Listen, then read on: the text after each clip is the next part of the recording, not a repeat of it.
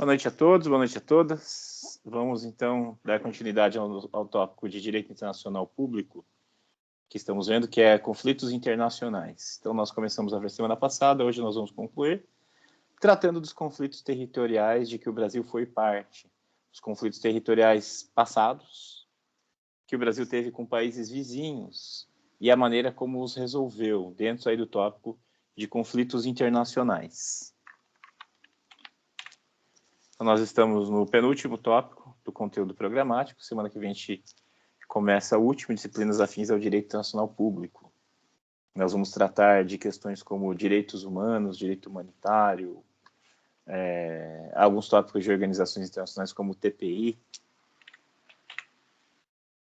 Aqui neste tópico, conflitos internacionais, na aula da semana passada, em Conflitos Internacionais 1, vimos os meios de solução pacífica de controvérsias, e hoje nós vamos tratar de questões de limites do Brasil, os litígios territoriais.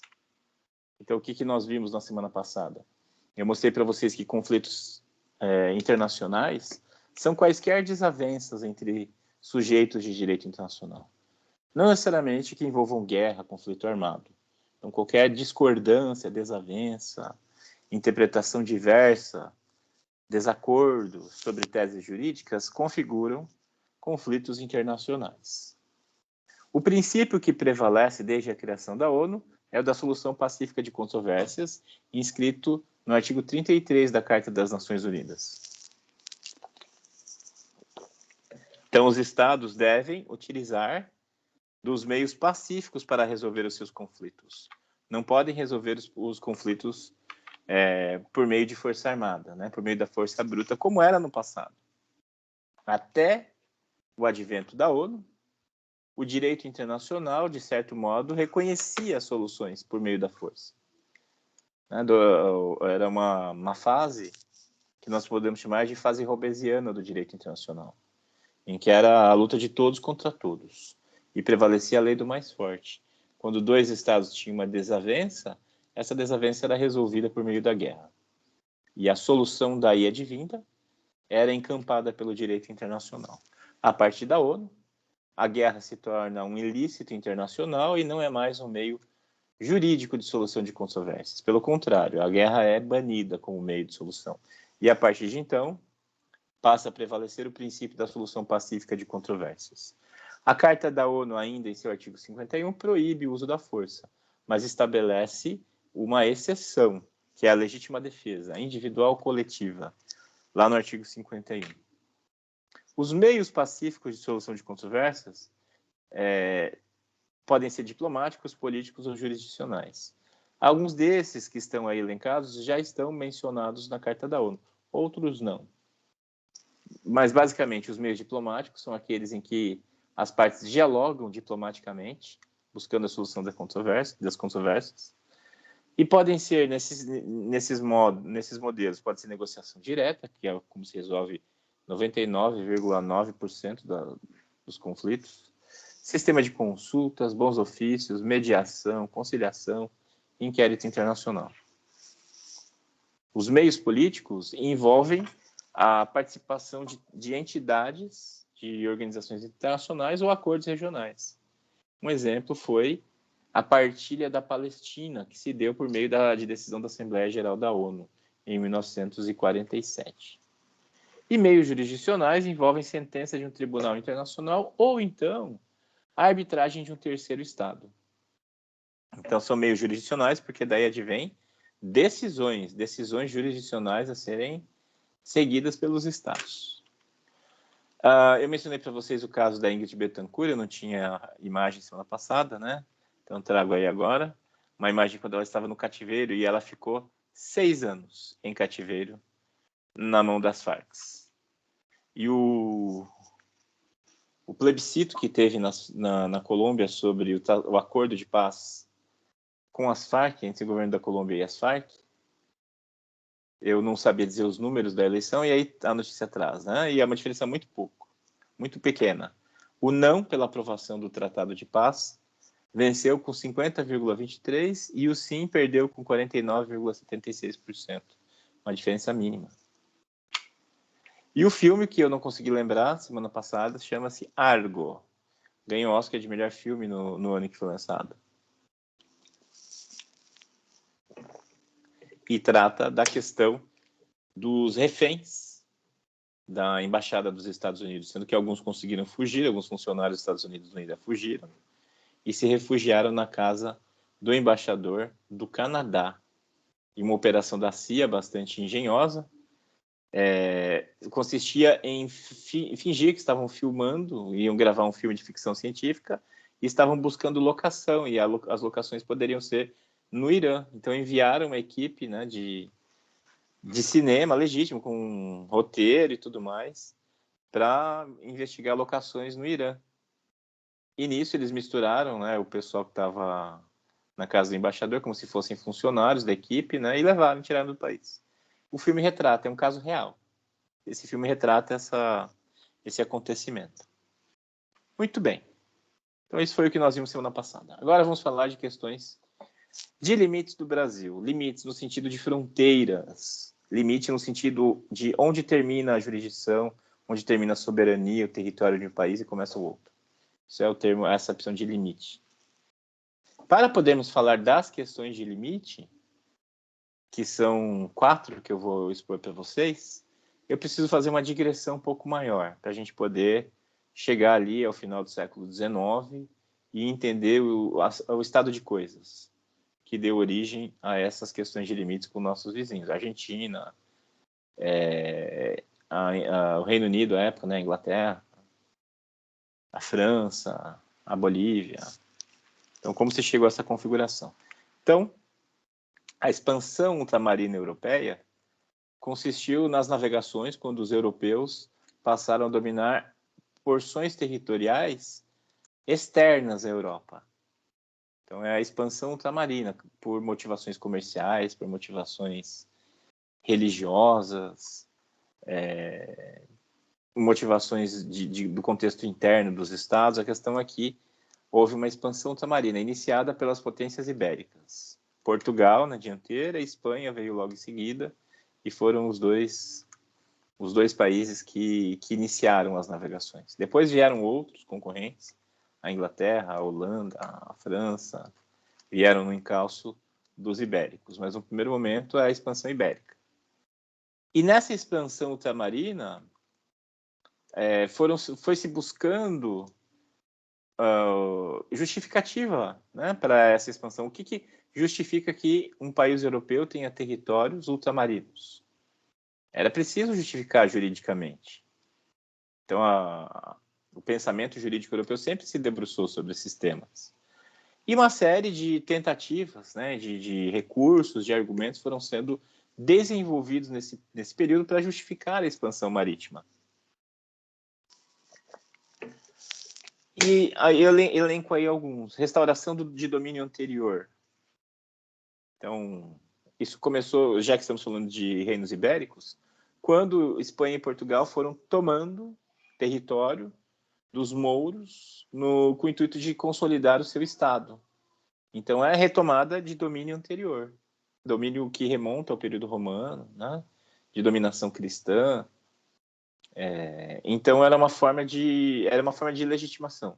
Esses estados diziam, né, eu estou retomando o que é meu. Castela se expandindo, tomando território mouro, Portugal também. Mas isso tinha um limite, né? Daí Portugal e Espanha foram passando a se expandir no norte da África. E aí já começa a ter dificuldade, porque ali já nem sempre foi território, né? A dominação é bem anterior, mas ainda assim se buscava isso. Mas daí quando começaram a atingir territórios que não estavam, né, que não tinham domínio anterior, aí era preciso buscar outra argumentação. Expansão da fé cristã,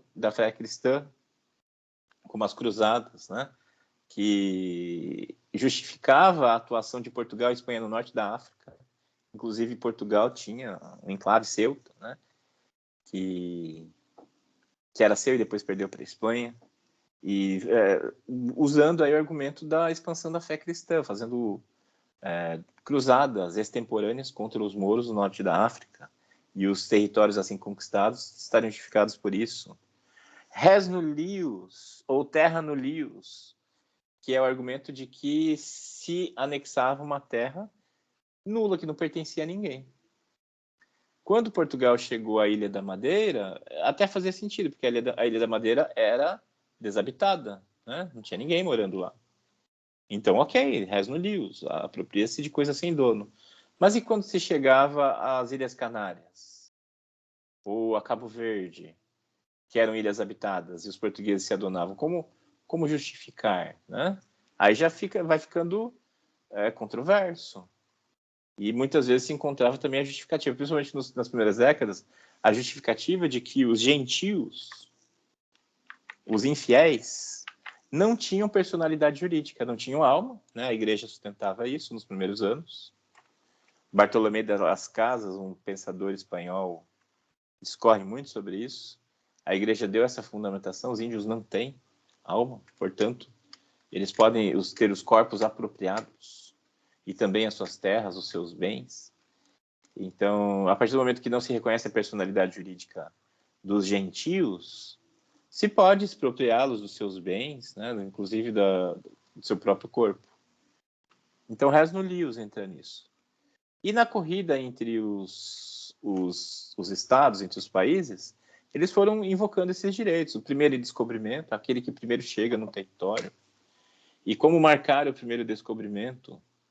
Havia várias iniciativas, como, por exemplo, atos jurídicos, né? Por exemplo, tomar a água do território, cortar a mata, inscrever inscrições no caule das árvores, ou o que se passou a fazer depois, colocar pedras grandes com inscrições dizendo a quem tinha passado ali, e, portanto, isso justificaria a posse, o primeiro descobrimento. Então, quem chega primeiro se adona. Mas isso foi ficando ultrapassado, conforme se expandiam e a concorrência era grande, foi ficando ultrapassado. Então, se estabeleceu logo que o primeiro descobrimento não dava direitos. Era preciso ocupar a terra, né? Então, o primeiro descobrimento não teria feito se dele não decorresse a ocupação da terra. A posse útil, né? Então, isso foi sendo aprimorado, foi sendo aperfeiçoado. Imaginem, nos primeiros anos, né? Expansão marítima. Era tudo uma experimentação. Isso que eu falei de esses atos, né? De pegar um punhado de terra, cortar a mata, beber água, eram atos jurídicos vinculados ao direito romano, né? Não se esqueçam que esse período aí, final do século XV, começo do século XVI, ainda é período de expansão do sistema romano-germânico. E há muito do direito tradicional europeu, de base germânica, em voga na Europa. Então, formas tradicionais de se adonar de uma terra eram usados ali no descobrimento. Então, quando alguém tomava posse de uma terra, pensando em termos do direito tradicional europeu, com base nos costumes romanos, tinha que fazer esses atos, né? Enunciar fórmulas verbais diante de testemunhas, pegar a terra, né? Dar a terra, um punhado de terra na mão do outro, dizendo que transfere aquela posse. E era isso que os europeus faziam. Eles praticavam esses atos nas novas terras, que era um meio que eles consideravam jurídico, né? de apropriação. E não por acaso a esquadra de Pedro Álvares Cabral tinha um escrivão, né? Por que um escrivão? Qual o sentido de ter um escrivão, um cartorário, sabe, na esquadra, acompanhando uma esquadra que ia para a Índia buscar especiarias? Para que ter um escrivão? Não faz o menor sentido. Vai fazer uma expedição Antártida e vai levar um cartorário, sabe? Não faz sentido. Mas a ideia é que o escrivão lavrasse o auto de posse de novas terras. Era esse o sentido. Então, quando Pedro Álvares Cabral chega ao Brasil, o Pero Vaz de Caminha faz o auto, lavra o auto de apropriação da terra, não por acaso, porque o que se buscava era o reconhecimento jurídico da validade da posse dessas novas terras. Então, Portugal tinha expectativa de que outros estados reconhecessem a lavratura aí da posse da terra. Mesmo que não tomasse posse, né, o primeiro descobrimento, que foi o que aconteceu. Aliás, alguns historiadores, como Boris Fausto, indicam que o descobrimento do Brasil não foi acidental. Os portugueses já conheciam as terras do Brasil, já tinham estado aqui, só que eles guardavam segredo, né? E quando os espanhóis chegaram à América, com Cristóvão Colombo, aí os portugueses tiveram que encontrar uma maneira de publicizar a posse que já tinham da terra, a posse efetiva, a posse secreta, né? E o conhecimento que tinham das terras aqui. E a esquadra de Pedro Álvares Cabral não teria se perdido, né? Teria vindo de propósito e depois seguiu o caminho para a Índia. Então, isso de que se perdeu e chegou aqui por acidente era apenas um subterfúgio dos portugueses, diz o Boris Fausto. E aí, aperfeiçoando essa posse de terras, de novas terras, os europeus, os estados europeus passaram a celebrar entre si tratados internacionais de reconhecimento mútuo de posse de terras. E em dado momento, recurso ao Papa. Isso foi mais a Espanha quem fez, né? Sobretudo quando era Papa o Alexandre VI, era um Papa espanhol, da família Borgia de origem espanhola.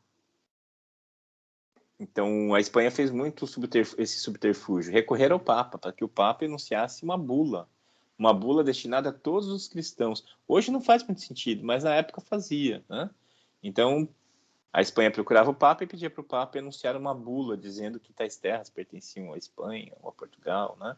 Recurso ao Papa.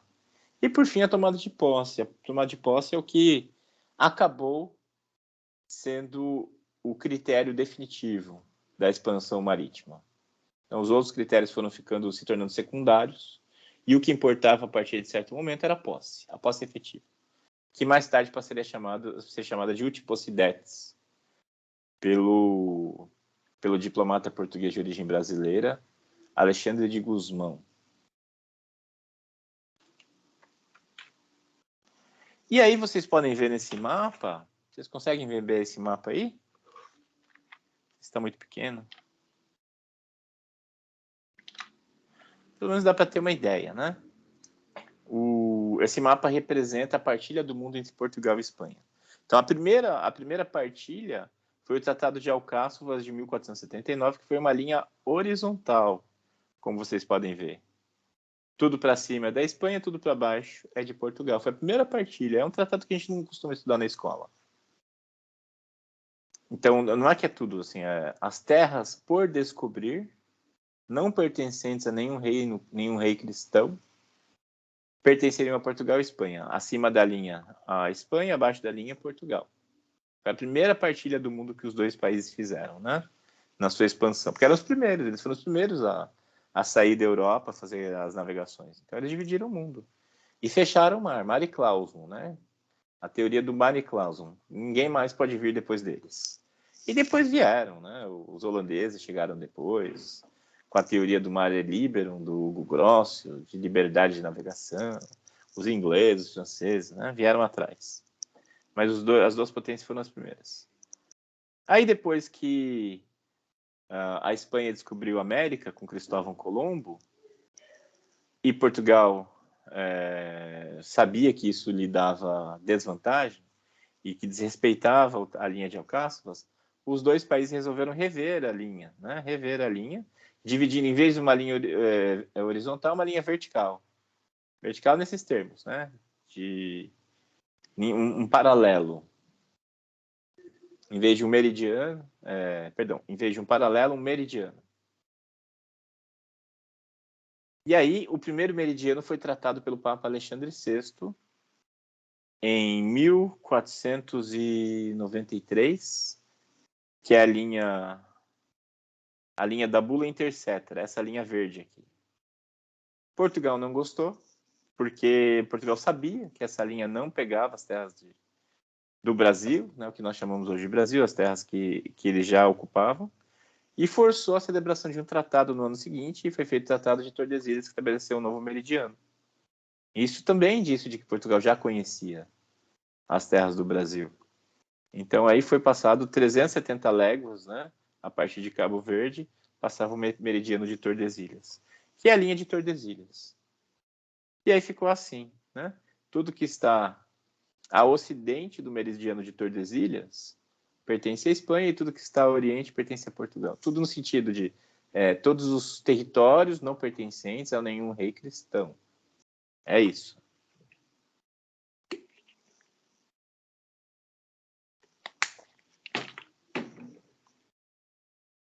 E depois foram celebrados vários outros tratados, houve vários outros acontecimentos importantes para a determinação do território brasileiro, né? Até aí eu elenco uma lista de acontecimentos e tratados que ajudaram na conformação do território brasileiro, até chegar aqui, ó, até chegar nisso, o mapa das cortes. Por volta dessa época, a partir da década de 1740 e tal, a Espanha e Portugal criaram um ambiente favorável a renegociar o Tratado de Tordesilhas. Porque o Tratado de Tordesilhas tinha sido violado pelos portugueses, né? Os portugueses ultrapassaram em muito a linha de Tordesilhas. Como? Com os bandeirantes buscando índios a serem apresados, escravizados, buscando pedras. A produção pecuária do Nordeste, expansiva, extensiva, foi entrando o território adentro. O controle da foz do rio Amazonas permitiu que os portugueses entrassem por toda a Amazônia. Então, vastos territórios que deveriam pertencer à Espanha já eram, né, de pertencimento dos portugueses, de fato. Os portugueses controlavam de fato. E havia uma divergência. Isso deveria pertencer à Espanha, né? Os portugueses não deveriam ter cruzado a linha de Tordesilhas. Por outro lado, do outro lado do mundo, havia ilhas que deveriam pertencer a Portugal, as Ilhas das Especiarias, e a Espanha ocupava as Filipinas, né, e outras. Aí surgiu um ambiente favorável a renegociar tudo isso. A renegociar. E quem conduziu essa negociação foi um diplomata português chamado Alexandre de Gusmão, nascido em Santos. Ele era colono no Brasil. Ele nasceu no Brasil, estudou com os jesuítas, foi para Portugal e lá ele acabou se tornando assistente do rei. E ele foi o responsável por conduzir as negociações com a Espanha do Tratado de Madrid. Então havia um ambiente favorável na corte portuguesa e na corte espanhola para renegociar tudo isso. E o Alexandre de Gusmão fez um esforço de guerra, né? Ele mandou produzir esse mapa, que é o mapa famoso, o mapa das cortes, para ser usado na negociação com a Espanha, que representa os territórios que Portugal, né, que deveriam pertencer à Espanha, e que Portugal passou a controlar. Deixa eu fazer uns desenhos aqui, ó. Cadê? Então, essa parte da Amazônia, a partir do controle da foz do rio Amazonas, essa parte central aqui, tudo isso por conta dos pecuaristas, né, produção de gado que foi entrando no território adentro, e tudo isso aqui por conta dos bandeirantes que buscavam apresar índios e buscavam pedras preciosas. E aí o Alexandre de Gusmão produziu esse mapa, e ele tomou uma série de providências, né? Ele levou casais açorianos a ocuparem o sul do Brasil, ele levantou argumentos, ele fez estudos, né? Ele que desenvolveu a teoria do uti possidetis. O uti possidetis é um princípio romano que diz que a quem pertence de fato deve pertencer de direito. Uti possidetis ita possideatis. Ele pegou esse princípio romanístico e trouxe para a negociação do Tratado de Tordesilhas. Então, no Tratado de Madrid, dizendo isso aqui já pertence aos portugueses, então vamos tornar, né, a posse de fato em posse de direito, em propriedade. E aí fazer concessões mútuas. Portugal entrega as Filipinas, as Ilhas das Especiarias, né, que hoje são chamadas de Ilhas Molucas, e em troca recebe esse território. E o Alexandre de Gusmão negociou como se fosse elas por elas, sabe? Como se fosse igual, mas se você olhar em mapas com medições atuais, vocês vão ver que os espanhóis estavam sendo passados para trás, porque o território que o Brasil passou a controlar, integrar o território do Brasil, né, português, é muito maior do que os espanhóis estavam abrindo mão, muito maior. Então, basicamente, né, colocando em termos simplórios, o Alexandre de Gusmão passou a perna nos espanhóis. E esse mapa, se vocês olharem bem, ele tem algumas distorções. Ele mostra do jeito que mostra, ele parece que é pouco que a Espanha está perdendo. Mas não é não, é metade do continente. Não mostra nem o Pacífico aí, né? Então é um mapa distorcido. Tem estudos que mostram, né, onde está ali Cuiabá, onde tem certas cidades, estão bem deslocadas da posição real, para parecer que os portugueses estavam levando pouca coisa, os espanhóis estavam abrindo mão de pouca coisa.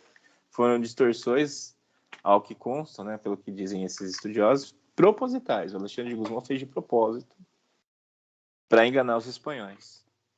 Enfim, o resultado é que o Tratado de Madrid legitimou a posse do território do Brasil colônia, desse vasto território além da linha de Tordesilhas. Então, o que deveria pertencer a Portugal pelo Tratado de Tordesilhas é só o que está pontilhado, tracejado. Com o Tratado de Madrid, todo esse vasto território passou a integrar o território do Brasil colônia. Notem aí alguns detalhes, né? O Acre não faz parte, essa parte aqui abaixo da cabeça do cachorro também não integra. Opa!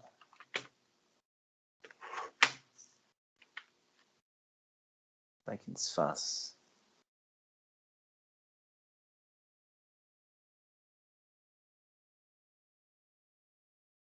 Enfim, então Acre não faz parte. Essa região aqui também não, tá? Ficou em disputa depois.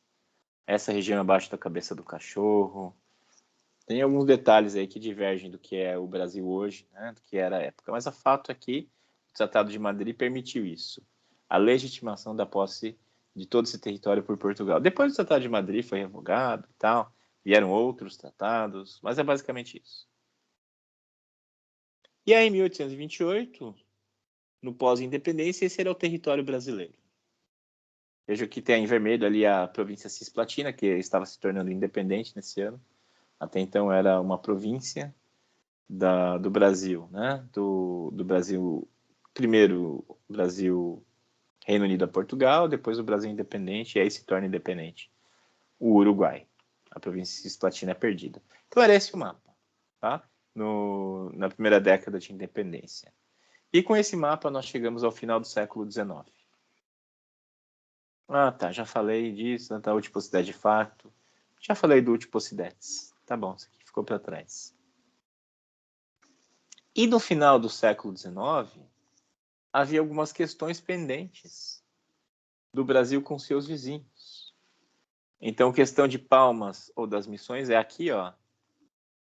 Deixa eu mudar de cor.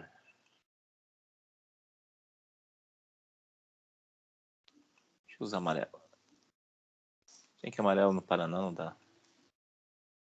Verde. Aqui, essa região é a região de Palmas ou das Missões. A questão do Amapá, a questão de Palmas ou das Missões, é com a Argentina. A questão do Amapá, aqui, é uma questão com a França. A questão do Pirara, que não aparece nesse mapa, é aqui com a Inglaterra, esse pedacinho aqui, ó, com a Inglaterra. E a questão do Acre com a Bolívia, esse território aqui, ó. E essa parte, que está logo abaixo da cabeça de cachorro, foi uma questão resolvida com o Peru, mas não foi um conflito. Muito bem, é dessas questões que eu vou falar agora. Então eu disse, trouxe alguns elementos históricos para vocês entenderem o contexto. E no final do século XIX, começo do século XX, havia essas questões pendentes com os vizinhos e precisavam ser resolvidas. E como elas foram resolvidas? Como elas viriam a ser resolvidas? Por meios pacíficos de controvérsia. Aí é que tá, né? Aí que nós linkamos esse assunto com o tópico da nossa aula. Entendido até aqui, turma? Alguma dúvida? Algum comentário? Entendido, prof. Bacana. Esse é um tópico que a gente estuda um pouco na escola, né? Mas, enfim. Estamos vendo a perspectiva jurídica, juris internacionalista dessa questão. Então, vamos ver a primeira das questões, a questão de Palmas, nessa região aqui, que havia um conflito com a Argentina sobre a quem pertencia. Então, a questão de Palmas, também chamada de questão das missões, foi uma disputa pela delimitação da fronteira entre Brasil e Argentina na região dos rios Uruguai e Iguaçu, ou Peperiguaçu. Os antecedentes, em 1885, houve um reconhecimento da região limítrofe de Palmas Misiones como território litigioso. Então, em 1885, os dois países estabeleceram a controvérsia, né? Então, havia ali uma questão de limites. Os dois países reconheceram que aquele território ali não estava claro a quem pertencia, se é o Brasil ou a Argentina. Em 1889, os dois países, Brasil e Argentina, assinam um tratado que determina a solução do impasse pelo arbitramento de Washington. Então, no caso, os dois países escolheram a arbitragem. Na arbitragem, escolhe-se um terceiro país, um chefe de Estado, né, para resolver o litígio. No caso, os dois países resolveram recorrer a uma grande potência do continente, né, já pensando em doutrina Monroe, que eram os Estados Unidos da América. Os dois países consideraram que não convinha convidar uma potência europeia. E nesse viés acharam que o ideal seria convidar os Estados Unidos da América para ser o árbitro. E assim foi feito. Então, o presidente dos Estados Unidos faria a arbitragem para decidir a quem pertenceria. O Barão do Rio Branco substituiu o Barão de Aguiar e Andrada na chefia da Comissão Brasileira. Então, o Barão de Aguiar teve uma indisposição, então foi substituído por um jovem diplomata chamado Barão do Rio Branco. Um jovem diplomata, ainda não muito conhecido, né? Mas que faria fama e hoje é considerado o pai da diplomacia brasileira, o Barão do Rio Branco. Mas aqui foi a estreia dele. Então, ele passou a conduzir a defesa brasileira nesse litígio.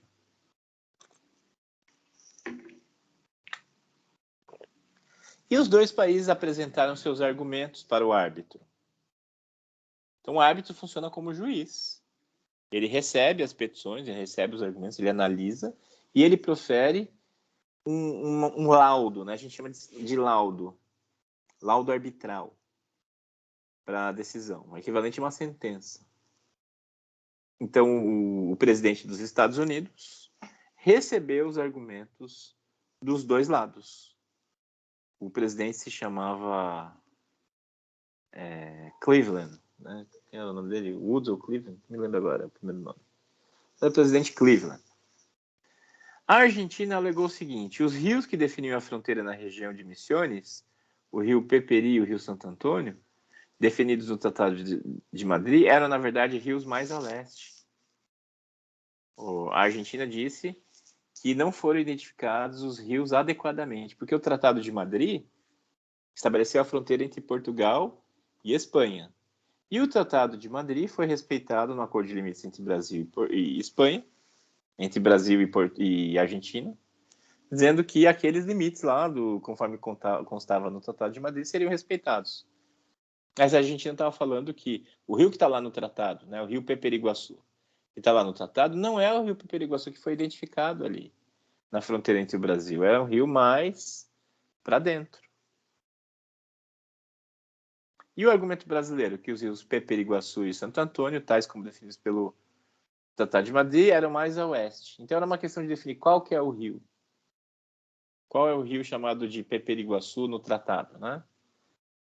E aí os dois países apresentaram laudos aí mostrando qual que era o rio.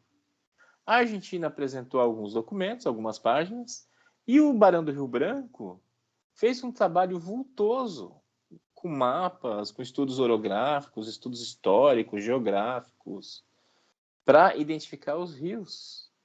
Então, o trabalho realizado pelo Barão do Rio Branco teve um escopo muito histórico e geográfico. Sua formação histórica e sua paixão pelos mapas o colocou em outro patamar de argumentação em relação a seu adversário argentino, Stanislao Ceballos, que era o chanceler da Argentina na época. Assim, é gritante a diferença dos argumentos brasileiro e argentino. A Argentina entregou uma petição de algumas páginas. A Argentina entregou uma petição de poucas páginas. O Brasil entregou um calhamaço, cheio de mapas, cheio de estudos históricos, com argumentos, com fundamentação, né, em historiadores. E aí, assim, a diferença ficou discrepante, era gritante da qualidade da diplomacia do Brasil em relação à Argentina. E o laudo realizado pelo presidente dos Estados Unidos, Cleveland, em 1895, colocou a vitória nas mãos de Rio Branco, deu ganho de causa ao Brasil. E o Brasil adjudicou aquela área em 1895. Pronto. Aí vocês veem a área em disputa, né? A Argentina dizia que o rio Peperiguaçu era este rio aqui. Dá para ver aí o tracinho? Não sei. E, portanto, essa região deveria pertencer. O Brasil diz que o rio Peperiguaçu é esse aqui. E essa região, portanto, pertenceria ao Brasil. E aí o presidente dos Estados Unidos deu ganho de causa ao Brasil. E essa região inteira, aí vocês veem Chopin, Chapecó, Palmas, passou a pertencer ao Brasil. Palmas, não é por isso é questão de Palmas, é Palmas no Paraná, lá no sul, né? Bem no sul do Paraná. E essa região foi dividida entre Paraná e Santa Catarina, e como vocês talvez saibam, deu origem a uma guerra, a Guerra do Condestado, né? Entre o Brasil, entre o Paraná e Santa Catarina, uma guerra civil no final do século XIX, né? Foi bem nessa área. E o Brasil, em homenagem ao presidente Cleveland, deu nome a uma cidade do Paraná. Qual é a cidade do Paraná que recebeu o nome em homenagem ao presidente dos Estados Unidos?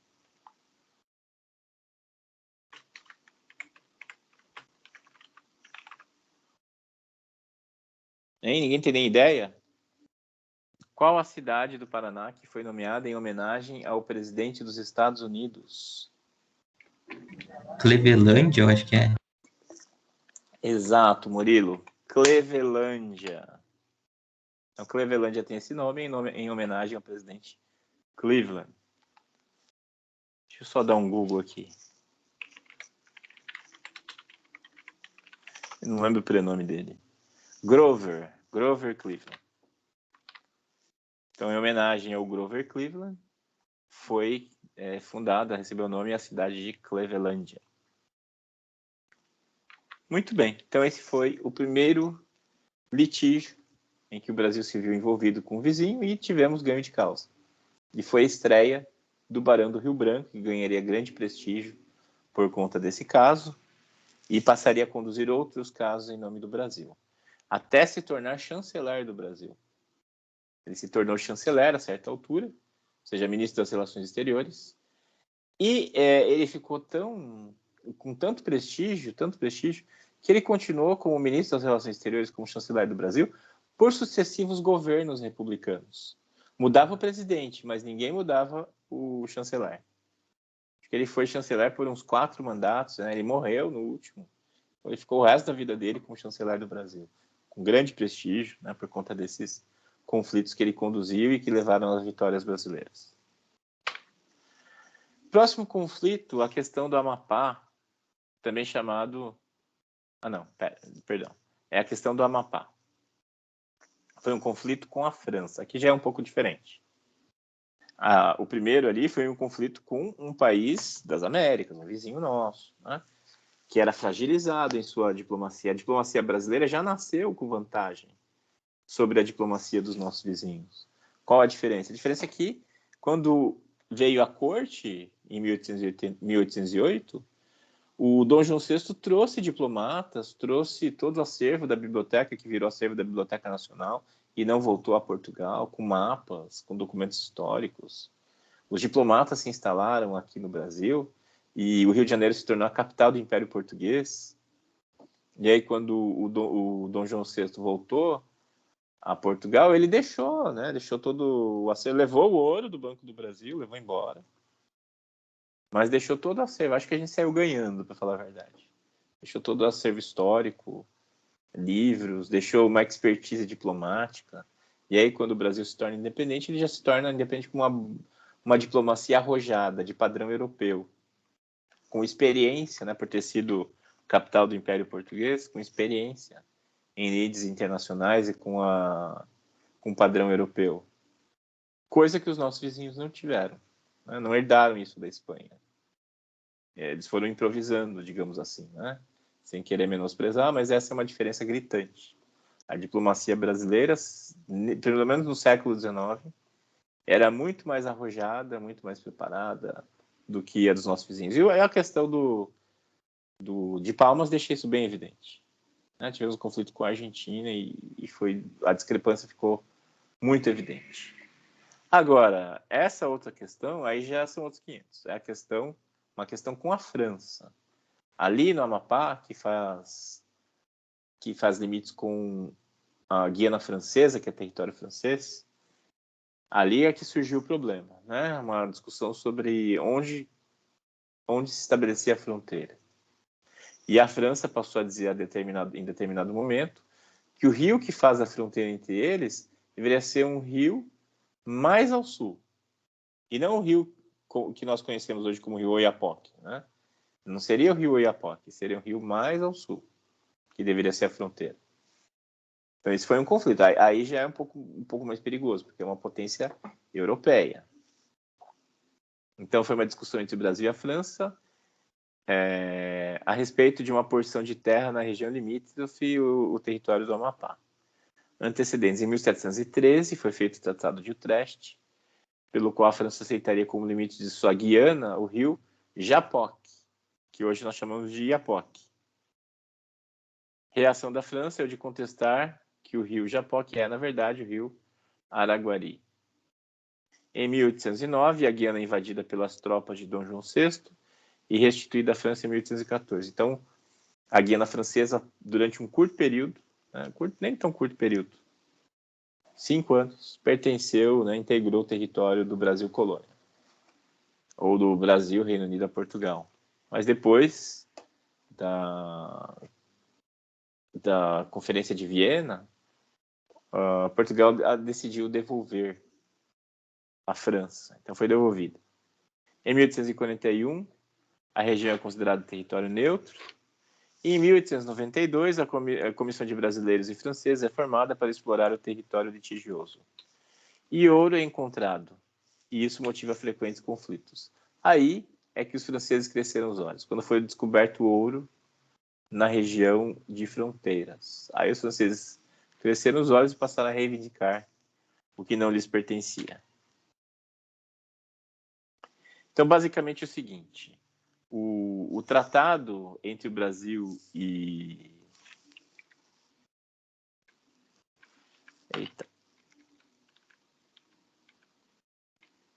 Deixa eu corrigir isso aqui.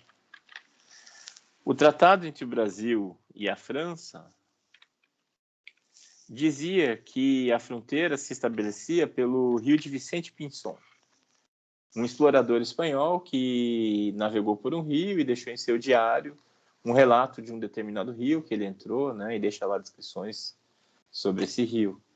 E a França e Portugal estabeleceram esse rio e isso ficou, isso o Brasil herdou, na fronteira com a França, que seria aquele rio, o rio de Vicente Pinson, tá? Um explorador espanhol do século XVI que navegou ali.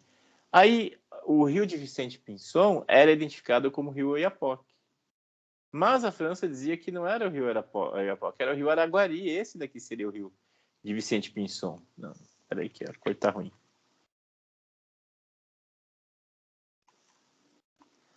Não seria o rio Oiapoque, seria o rio Araguari, o rio de Vicente Pinson. Essa era a divergência entre os dois. O Brasil dizia que o rio de Vicente Pinson era o rio Oiapoque. A França dizia que o rio de Vicente Pinson era o rio Araguari. Era essa a divergência. Então, todo esse território em roxo estava em discussão entre os dois países, a quem pertenceria, ao Brasil ou à França. Em 1897, o Barão do Rio Branco é escalado para tentar resolver o litígio. Tentou a negociação através de uma possível divisão do território. Em 1897, é assinado acordo cedendo à Suíça o título de árbitro do contencioso territorial. Os dois países escolheram um terceiro país neutro, né? O que, embora pareça muito estranho, porque a Suíça tem fronteira com a França, o Brasil não tem fronteira com a Suíça.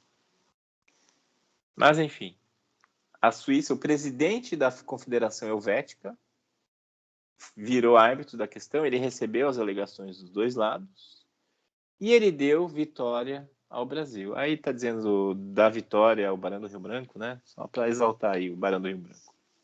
Mas da vitória ao Brasil. Então, é o segundo litígio que o Barão do Rio Branco sai vitorioso. Então, esse território inteiro, né, que era território em disputa, foi adjudicado ao Brasil.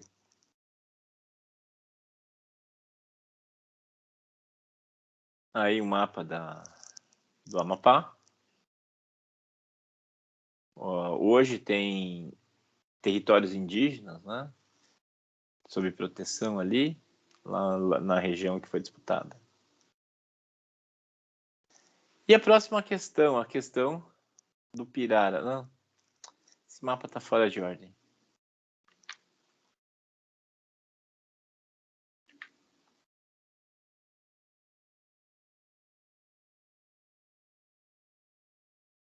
Tá, a questão do Pirara é mais para frente. A questão do Acre agora. Aí foi um conflito com a Bolívia. Então começou como um problema histórico-jurídico com os antecessores, porém logo se transformou em uma questão política complexa. Vou tentar resumir a questão do Acre. Sim, são muitos detalhes, né? Vou tentar simplificar. O Acre era uma região que pertencia, sempre pertenceu, à Espanha e depois da independência da Bolívia, a Bolívia, a partir de 1825, quando se torna independente. Então nunca pertenceu a Portugal, nunca pertenceu ao Brasil, é um território, né, incontestavelmente sempre pertenceu a vizinhos do Brasil. Nunca integrou o território brasileiro.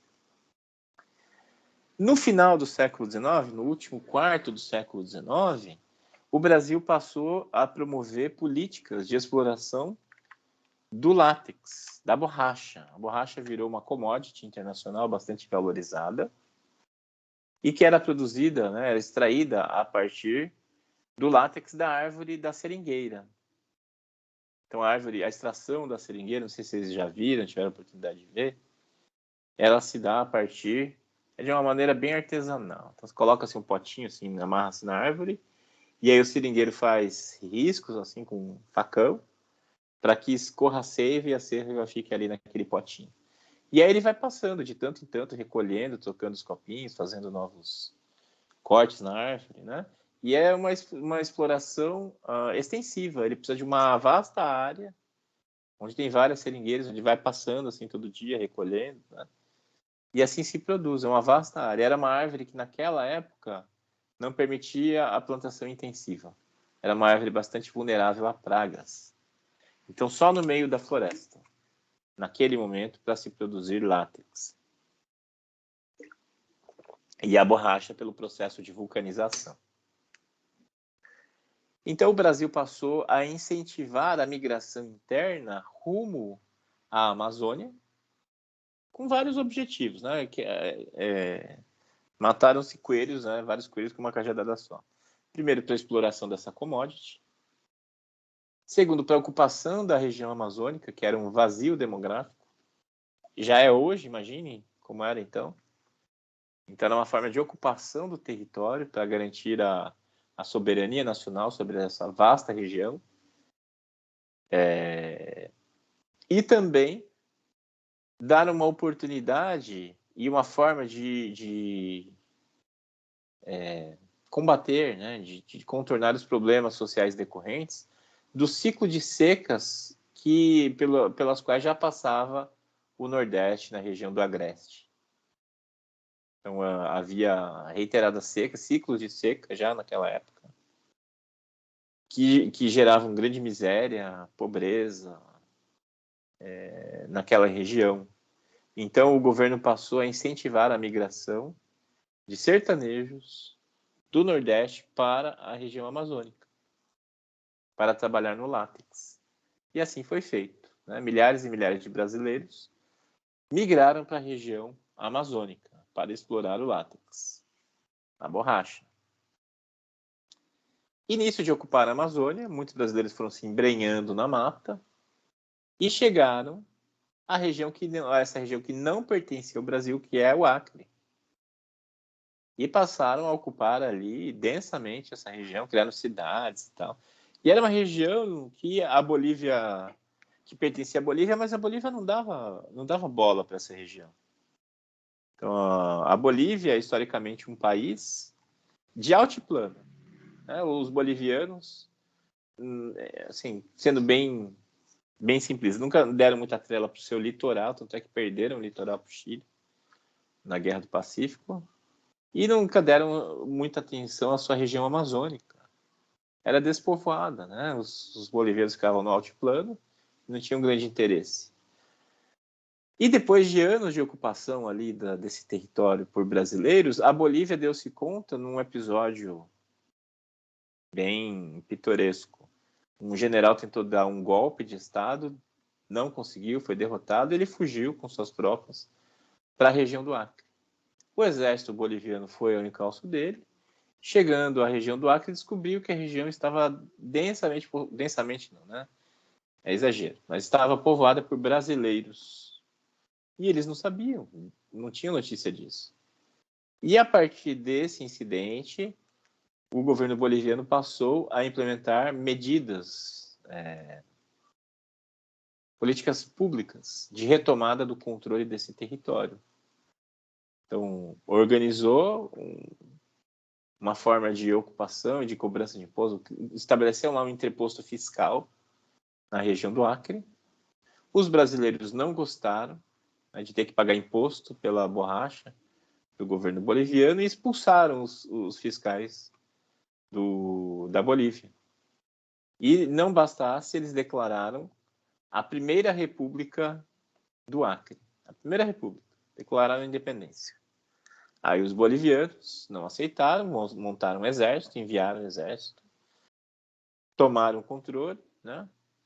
Acabaram com a República do Acre. E os brasileiros armados pelo Estado do Amazonas, o governo do Amazonas armando os brasileiros ali, e um personagem bastante controverso chamado Galvez, um espanhol. Galvez é o nome dele, mas no Brasil é conhecido como Galvez. Liderando os brasileiros, expulsa o exército boliviano e declara a Segunda República do Acre. Né? Aí os bolivianos se armaram mais fortemente, voltaram lá, tomaram controle de novo, né? Controlaram por um tempo. E os brasileiros de novo expulsam os bolivianos. Terceira República do Acre. E aí a questão estava chegando a uma escalada, né? A Bolívia viu que não tinha como controlar mais a região, a Bolívia reconheceu que não tinha recursos para se impor na região, e os brasileiros sendo armados ali pelo governo do Amazonas. O que a Bolívia faz? Ela toma uma decisão extrema, que é arrendar a região para uma empresa estrangeira. Imagina, né?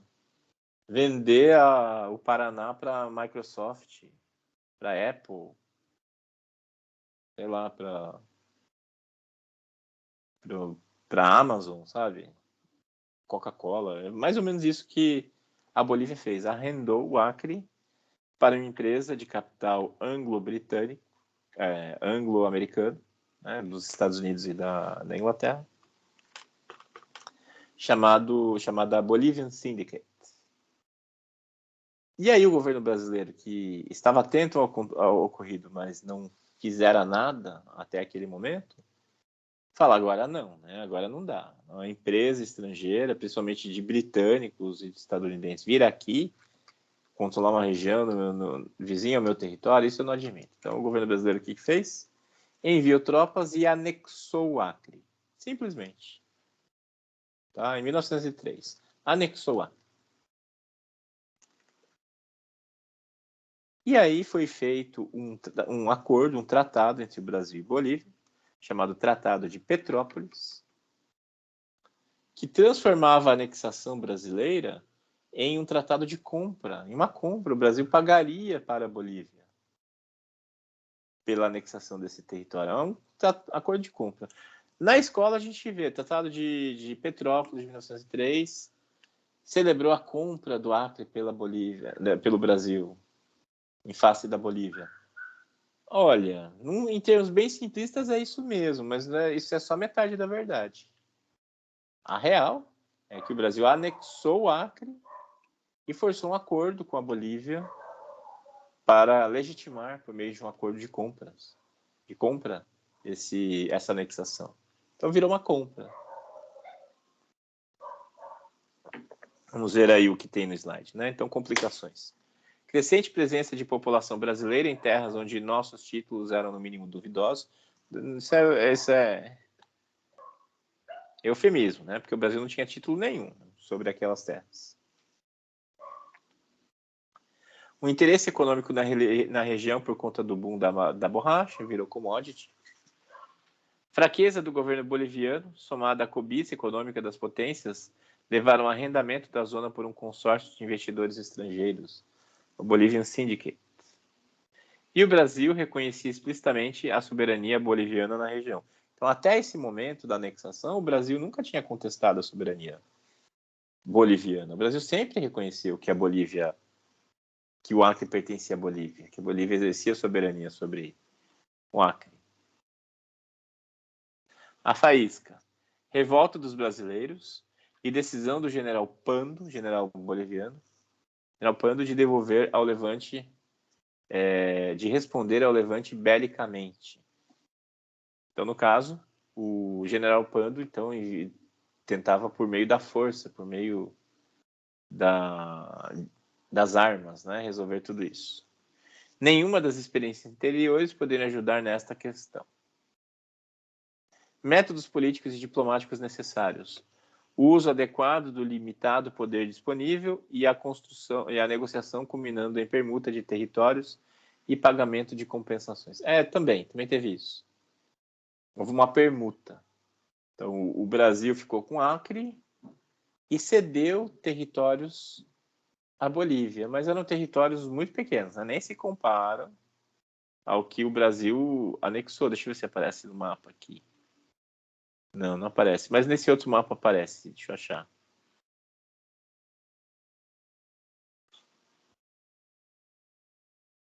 Aqui, ó. Nesse mapa. Essas regiões aqui, ó, mais ou menos aqui assim, bem pequenininhas. O Brasil cedeu à Bolívia. E ficou com o Acre, né? Que é esse. O Acre é enorme, gente. A gente olha no mapa do Brasil, pensa, é um estado pequenininho, né? Porque o Brasil é muito grande. Mas o Acre, se fosse um país, estaria ali entre, sei lá, entre os 50 maiores. É um território vasto.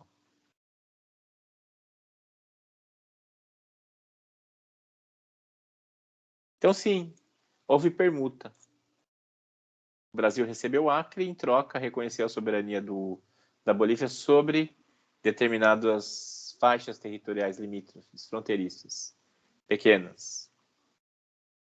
E o pagamento de compensações. O Brasil pagou pelo Acre. E pagou caro, né?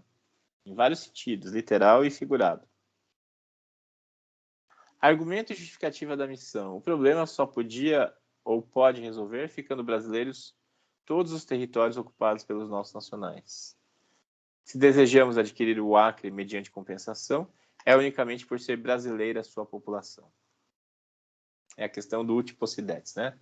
Havia brasileiros, então o Brasil invocava esse argumento. Se ali viviam brasileiros, a região deveria ser brasileira. Outra complicação. O impasse possuía 13 adversários. Sua estratégia era tratá-los separadamente. 3 adversários. A Bolívia, e aí os interesses britânicos e estadunidenses, que, como vocês devem saber, historicamente, esses dois países são muito aguerridos em defender interesses privados dos seus cidadãos. Além do governo peruano. O governo peruano rejeitou a negociação trilateral com o país. O Peru também reivindicava a questão do Acre, o território do Acre. O Brasil negociou separadamente com o Peru e deu uma compensação territorial para o Peru e ficou com o Acre. O Bolivian Syndicate era um consórcio que dava concessões às empresas americanas e europeias para explorar a região. Tinha apoio potencial do governo americano. O então presidente Campos Salles, juntamente com o apoio de Rio Branco, proibiram a navegação pelo Rio Amazonas para alcançar a região do Acre. Bradford Burns afirmava: era a arma mais forte do Brasil contra o consórcio, porque, sem acesso ao Acre, a concessão não tinha nenhum valor. Então, se essa empresa não conseguia acessar o território, né, não conseguiria tomar posse. Então, o Brasil simplesmente proibiu a navegação da bacia amazônica. Ao mesmo tempo que usava o poder político, fazia concessões, prometendo indenizações aos acionistas. Dosagem sábia do uso de poder e de concessões negociadas.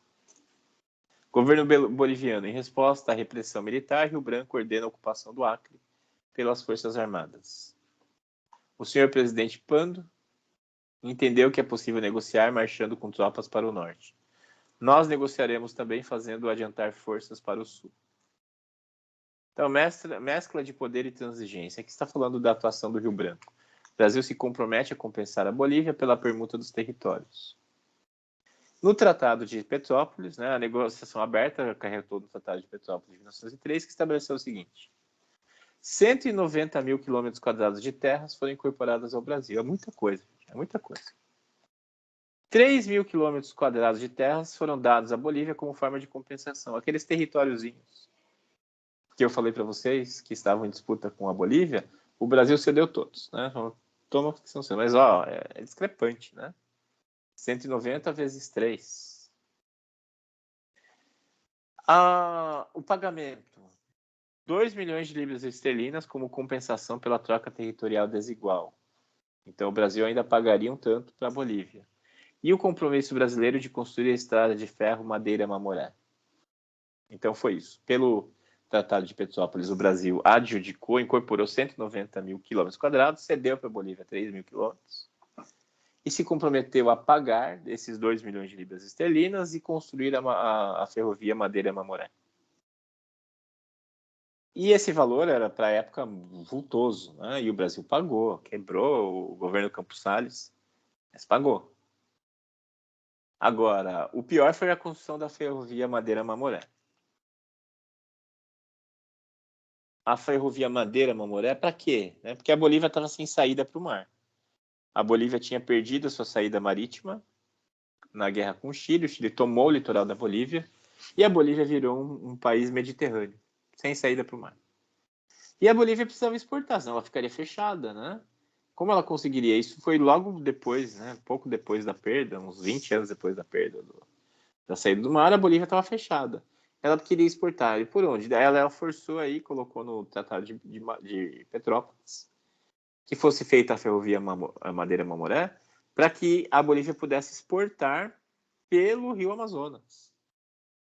Então, a Bolívia passaria a escoar sua produção através da bacia do Amazonas para poder ter acesso ao mundo. Então, a ferrovia Madeira-Mamoré ligaria esse rio da Bolívia, né, que está na fronteira entre o Brasil e a Bolívia, Rio Madeira, o rio Mamoré, que é o rio mais ao sul. Então, ligaria ali a Bolívia à bacia amazônica, né? O rio Madeira da bacia amazônica. Então, o Brasil assumiu esse compromisso de construir essa ferrovia dentro do Brasil, né? Às expensas do Brasil. O problema é que logo no ano seguinte, 1904, a Bolívia fez outro tratado com o Peru para usar os portos do Peru e ficava muito mais perto, muito mais simples para a Bolívia escoar sua produção pelo Peru, em vez de pela Amazônia. Então, a Bolívia, logo cedo, né, já se desinteressou pela ferrovia Madeira-Mamoré. No ano seguinte, 1904, já estava claro que a ferrovia Madeira-Mamoré não seria usada pela Bolívia. E a ferrovia Madeira-Mamoré seria feita no meio da Amazônia, no coração da floresta, sem cidades próximas, né? Se é difícil hoje, imaginem a época. O governo brasileiro, no entanto, levou o compromisso a cabo. Mesmo sabendo que a ferrovia não seria usada, o governo brasileiro construiu uma ferrovia moderna no meio da Amazônia. com grande esforço humano, grande esforço econômico, né? Se o Brasil já estava ruim, o governo ficou quebrado com a construção da ferrovia Madeira-Mamoré. Os preços ficaram, os custos se avultaram, mas o governo levou a cabo. E os trabalhadores morriam como moscas na construção. Morriam de tifo, de malária, de disenteria, atacados por índio, atacados por onça. Eles morriam. Assim, tem relatos que dizem que não havia caixão suficiente. E os corpos eram colocados dentro de barris, né, de tanto que morriam os trabalhadores. Mas foi feito a ferro e fogo, né, e foi construída a ferrovia Madeira-Mamoré. Vocês são muito jovens, vocês nem devem ter ouvido falar, mas teve uma série da Globo chamada Mad Maria, que retratou esse episódio, né? Tinha até lá o Galvez como personagem, romantizava, e Mad Maria porque era o nome da Maria Fumaça, importada da Inglaterra, que foi usada.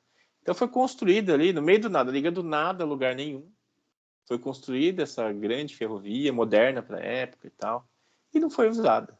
Já se sabia que não seria, e não foi usada. Então, foi um grande desperdício de vidas humanas, de custo, e não levou a desenvolvimento, né? Porque não tinha cidade, não tinha nada. Hoje o que resta são trechos da ferrovia Madeira-Mamoré, que são mostrados como atrativo turístico no meio da floresta. Eu lembro de uma reportagem do Globo Repórter, que o repórter foi lá mostrar a ferrovia, o que sobrou. Ele estava lá caminhando no trilho, assim, tal. Depois ele para e tem uma árvore centenária ali que cresceu no meio do trilho. Já deu tempo de ter árvore centenária aí. E é isso. Então, alguns trechos são usados ali apenas para fins de turismo, né, na região. É meio triste saber isso, né? Mas é realidade. E do ponto de vista pragmático, vamos dizer assim, da perspectiva realista das relações internacionais, o Brasil fez o que tinha que fazer, né? Construir a ferrovia, para não ser acusado de descumprir o tratado. E aí a Bolívia reivindicar a devolução do Acre. Então o Brasil fez o que tinha que fazer. Barão do Rio Branco afirmou: as decisões dos dois pleitos em que me coube a honra defender os interesses do Brasil não acrescentaram, apenas mantiveram o patrimônio nacional. Verdadeira expansão territorial só agora. Com sinceridade, afianço a Vossa Excelência que para mim vale mais esta obra do que as duas outras, julgadas com tanta bondade pelos nossos concidadãos. Rio Branco acreditava que a região devia ser brasileira pela sua geografia. A posição das redes fluviais tornava o Acre caracterizadamente brasileiro, segundo Álvaro Lins. E aí, hoje o Acre, né?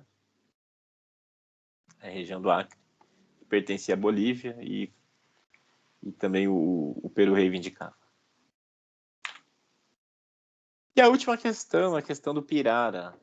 Essa foi a mais complexa e foi uma questão com a Inglaterra, né? Tanto é que a questão é chamada de questão da Guiana Inglesa também. Então era na fronteira entre a Guiana Inglesa e o atual estado de Roraima. Em 1842, o território foi reconhecido como neutro e litigioso.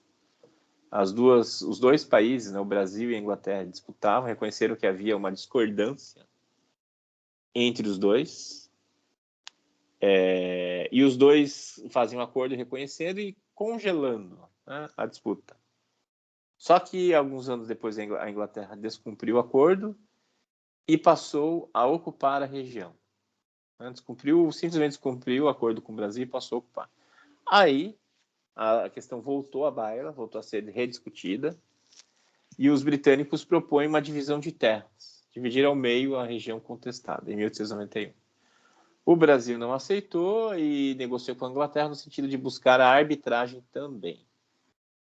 E foi chamado como árbitro, foi decidido de comum acordo que o árbitro seria o rei da Itália.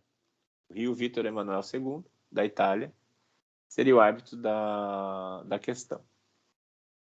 Então foi feito em 1901 um tratado de arbitramento. O Rio Branco, chanceler, né, não conduziu essa questão, ele tinha conduzido e ganhado as outras. E ele nomeia Joaquim Nabuco para o substituir nesse conflito, né, para representar o Brasil. E aí o Brasil apresentou seus argumentos, a Inglaterra também, e o rei da Itália deu um laudo amplamente favorável à Inglaterra. A maior parte do território foi atribuída à Inglaterra e uma pequena parte ao Brasil. E a aceitação do resultado para o Rio Branco, mesmo sendo injusto. Então, a nossa historiografia considera que foi uma decisão injusta, né? Que o rei da Itália não teria usado critérios técnicos, que ele não teria seguido princípios gerais usados na região, na nossa tradição diplomática da região. Por exemplo, acidentes geográficos, que desde o Tratado de Madrid, um princípio geral usado aqui nos conflitos territoriais, ele ignorou simplesmente. Por exemplo, uma região que estava na bacia do Amazonas, ele entregou para a Inglaterra, sendo que por critérios históricos deveria ser para o lado brasileiro. E foi um laudo muito curto, de 2 laudas, né? Muito curto. Até transcrevo ele aí, a gente até vai ler. E foi isso. Então, essa região toda aí, pontilhada em vermelho, é que foi a região em disputa. O que a Inglaterra levou? A Inglaterra levou essa que está em rosa, mais escura aí, né? Essa região toda aqui. Levou. E o Brasil ficou com essa outra região aqui. Então, isso é considerado historicamente uma derrota da diplomacia brasileira. E o Joaquim Nabuco ficou bastante pesaroso com isso. Inclusive, ele se suicidou depois, né? E muito se diz que por conta de ter perdido esse litígio. E aí a sentença do Victor Emanuel? Tem 3 slides, né? Vou ler para vocês. Sentença arbitral de Sua Majestade Victor Emanuel III, rei da Itália, em 1904. Nós, Victor Emanuel III, pela graça de Deus e vontade da nação rei da Itália, árbitros para decidir a questão da fronteira entre a Guiana Britânica e o Brasil, né, tendo em conta o direito de todos, consideramos que para adquirir a soberania de regiões que não estão no domínio de algum Estado, é indispensável efetuar sua ocupação em nome do Estado que pretende adquirir o domínio. Que a ocupação não pode ser considerada implementada, exceto com a tomada de posse efetiva, ininterrupta e permanente, em nome do Estado. E não pode bastar mera afirmação dos direitos soberanos, ou a manifesta intenção de querer tornar efetiva a ocupação.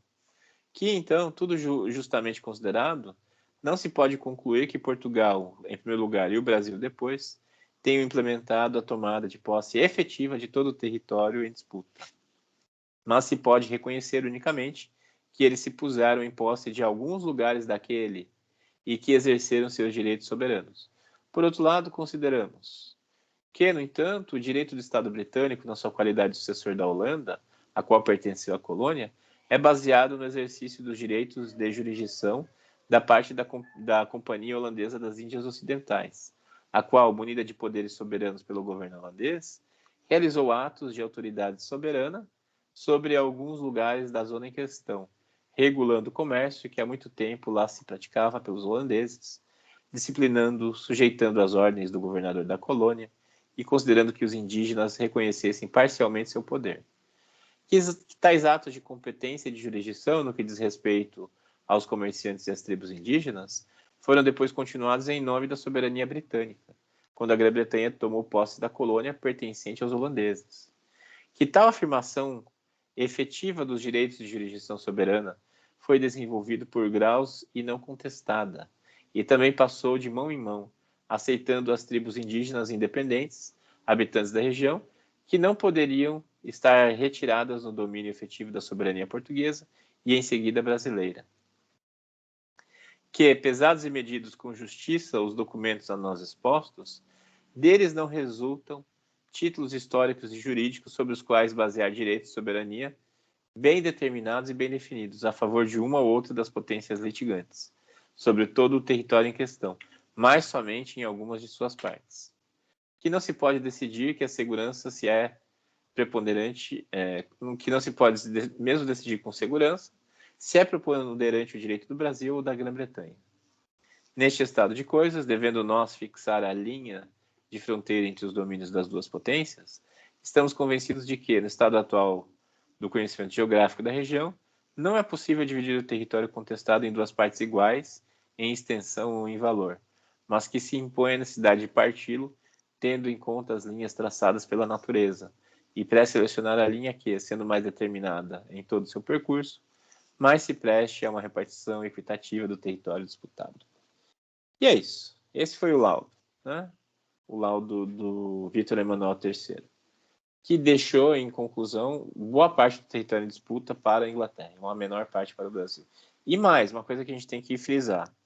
A parte que o Brasil faz jus, como a gente leu, faz por conta dos índios. Vejam só, por conta da jurisdição que se exerceu sobre os índios, sobre as tribos. E as tribos reconheciam essa preponderância do poderio português. E aí, quando vem esses discursos, né, contra territórios indígenas, demarcação indígena, a Raposa Serra do Sol, né, a reserva Raposa Serra do Sol é bastante polêmica lá no Acre. O que não se leva em consideração é que todo aquele território só nos pertence por conta do reconhecimento aí desse laudo. Senão não nos pertenceria. Pertence-nos por causa dos índios que lá vivem. Né? Isso, os políticos que são favoráveis à ocupação, são contra a demarcação de terras indígenas, eles não consideram, eles ignoram simplesmente. Mas esse é o fato, aquela região só nos pertence por causa dos índios. Né? E aí reclamam da demarcação da Raposa Serra do Sol. É só olhar aqui o laudo do Vítor Emanuel para entender isso. Enfim. E aí nós temos, então, um contraste entre os dois mapas. Né? O mapa territorial brasileiro, territorial continental, né? Porque a gente ainda tem a questão do domínio marítimo, que é parte do mapa também, mas que não aparece aí. E daí tem os conflitos da OMC que eu vou pular. Tá no slide, né? Quem quiser dar uma olhada. Alguma dúvida, pessoal? Alguma questão? Tudo certo aí?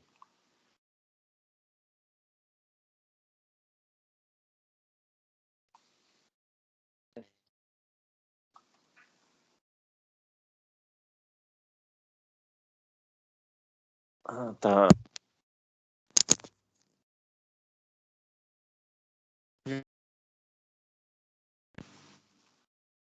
Tava com mau contato meu microfone.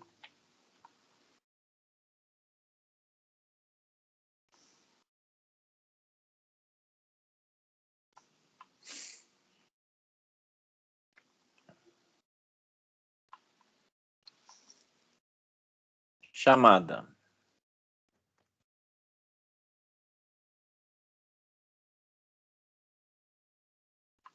Alessandra.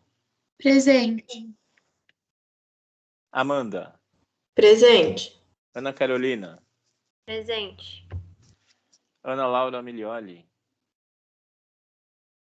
Ana Laura Pessoas. Presente. Ana Letícia. Presente. Ana Maria Alberton. Presente. Ana Maria Prebianca. Presente, professor. Cibele. Presente. Daniel. Presente, professor. Débora. Presente. Emanuele Tonolo. Presente.